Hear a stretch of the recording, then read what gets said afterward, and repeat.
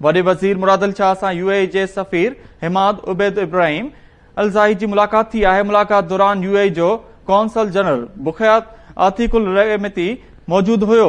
अवांखे ॿुधो त मुलाक़ात दौरान ॿितरफ़नि लाॻापन ऐं वापार खे वधीक हथी ॾियण ते इत्तेफ़ाक़ कयो वियो आहे। गॾियल अरब इमारात ॿोॾि मुतासिरनि लाइ घरनि जी तमीर में मदद कंदो सफ़ीर पारां ॼणायो वियो आहे। इन हवाले सां वधीक तफ़सीलनि लाइ असां सां लाइन ते मौजूद आहे कराची मां केटी न्यूज़ जो चीफ रिपोर्टर वहीद राजपर जी। वहीद, अपडेट कजो।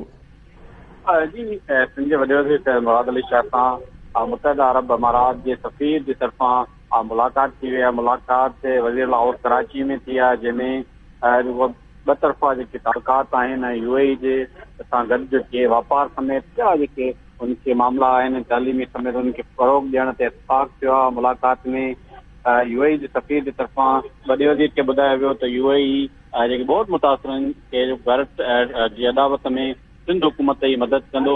घरनि जी जेके अदावत जे हवाले सां जल्द जेको आहे उहो प्रोजेक्ट खे हतमी शिकिल ॾिनी वेंदी। वॾे वज़ीर सां इहा मुलाक़ात थी आहे। यूएई जे सफ़ीर इहो चयो त यूएई जे सनअतकार जेके आहिनि उहे सिंध में सीड़पकारी में पिणु दिलचस्पी रखनि था, जंहिं ते वॾे वज़ीर चयो त यूएई सां पाकिस्तान जे जेके तालुकात आहिनि शहीद भुट्टो जे ज़माने सां मिसाली रहिया आहिनि। मुलाक़ात वज़ीर लाहौर कराची में थी, जंहिंमें ॿोॾि मुतासिरनि जे घरनि जे हवाले सां जेको अदावत वारो मंसूबो आहे उन ते पिणु ॻाल्हियूं थियूं ऐं हुनखे हतमी शिकिल ॾेई वई आहे। वॾी महिरबानी अपडेट करण लाइ वहीद राजपर।